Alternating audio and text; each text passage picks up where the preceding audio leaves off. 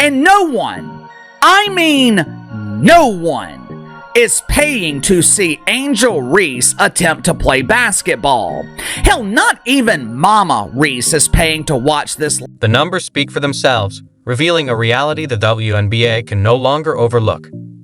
Caitlin Clark's left quad strain on May 25, 2025, sent shockwaves through the league, not just on the court, but financially.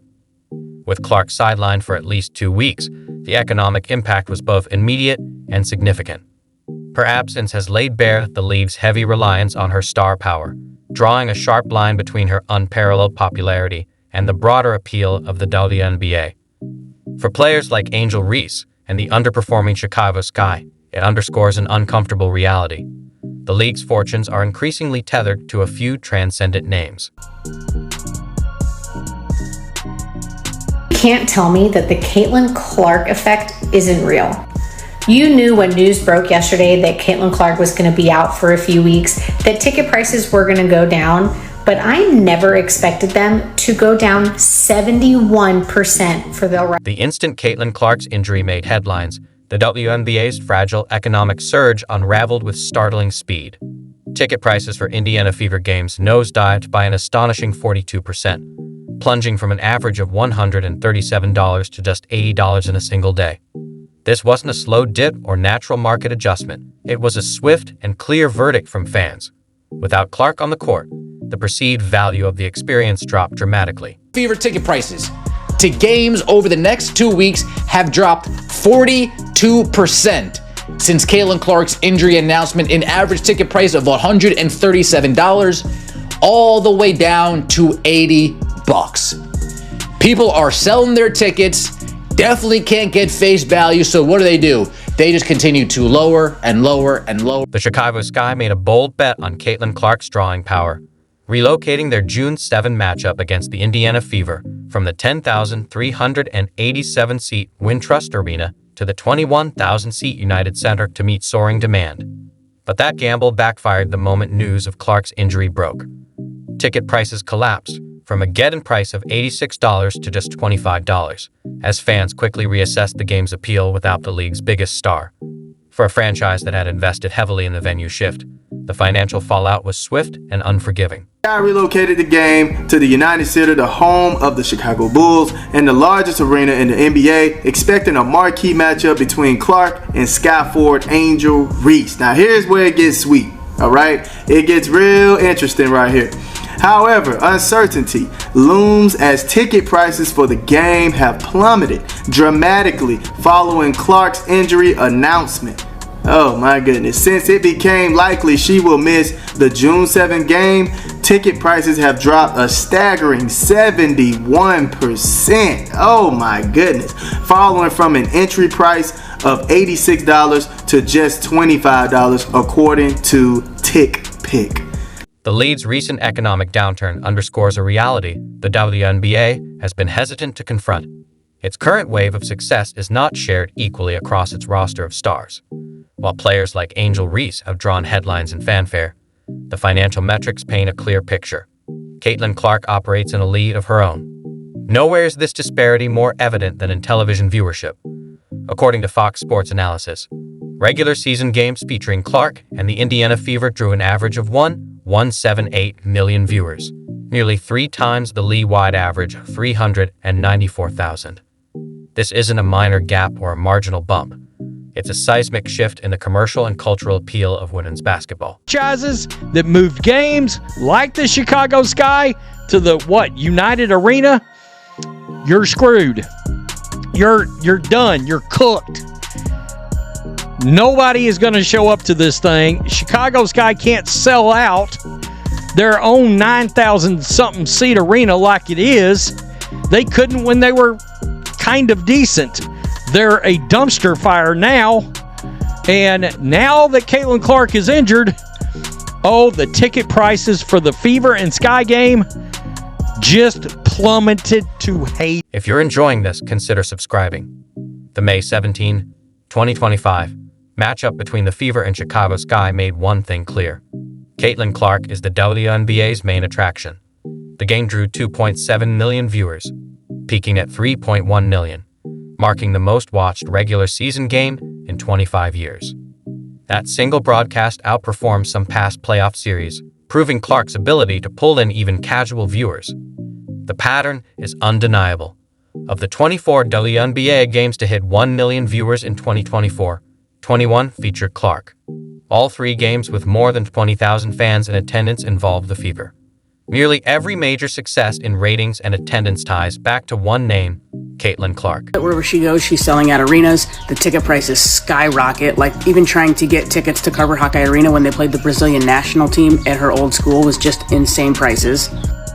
If she's going on the road, wherever she's going, ticket sales jumped by 140%. Average is $312. Like, that's crazy. No team feels Caitlin Clark's absence more than the Chicago Sky. Off to a 0-4 start, the Sky are struggling to stay relevant while their rival remains in the spotlight, even from the sidelines. Angel Reese, once hyped as Clark's main challenger, now leads a team fighting for wins and attention. Ticket sales reflect the shift.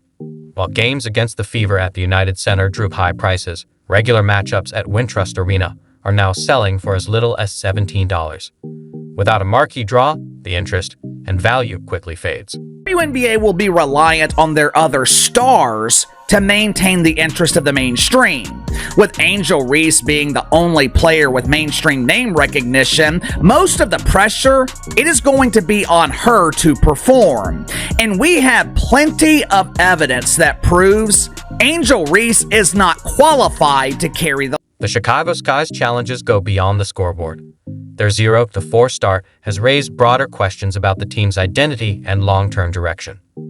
Without the automatic spotlight that comes with facing Caitlin Clark, the Sky are left to rely on their on-court performance alone. And so far, it hasn't been enough to sustain fan interest at previous levels. Meanwhile, Clark's economic impact is staggering.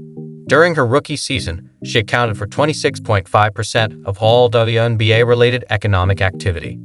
Projections for 2025 estimate her value to the league at $875 million, with the potential to surpass $1 billion. These aren't just projections. They reflect real, measurable boosts in attendance, merchandise sales, TV revenue, and local economies wherever the Fever play. Caitlin Clark could be projected to be $1 billion revenue maker for the WNBA this year. Now, obviously, the WNBA won't see that money, won't see most of that money, and it's not just in the WNBA, but it's all of her sponsorships, it's all of her appearances, it's all that stuff. But according to the projections, we're looking at $875 million could easily eclipse $1 billion on her economic impact. Caitlin Clark entering the league last year was responsible for 26.5% of all of their economic activity. So revenue from merchandise, which again, with the CBA as it is currently, she doesn't see a dime of any of that. TV, and then ticket sales, obviously, which again, they don't. The market's swift reaction to Clark's injury confirms her immense value. A 42% drop in ticket prices within hours of the news isn't just a coincidence. It's proof that Clark's impact is both real and measurable. The WNBA's current economic strength leans heavily on her star power, presenting huge opportunities but also significant risks. Clark's influence goes far beyond attendance. Her presence has fueled a 500% surge in league-wide merchandise sales. Fanatics reports that Dick's Sporting Goods saw a 233% increase in WNBA-related sales from 2023 to 2024, largely driven by Clark's popularity. These figures reflect a lasting change in fan engagement and spending, not just a passing trend. People might be saying, oh, well, the teams aren't really going to suffer. They already sold the tickets. No. You don't understand. If the Chicago Sky moved into the United Center, and let's say resale-wise, they sold all 19,000, well, when only 9 to 10,000 show up, they're losing merchandise sales, they're losing food sales, they're losing beverage sales, they're losing big. They took a big gamble to get into that arena, and they're losing big because it's not going to be full, and those people aren't going to be buying things. The WNBA's recent success is fragile. Clark's injury highlights the league's heavy reliance on one player, raising concerns for owners and executives.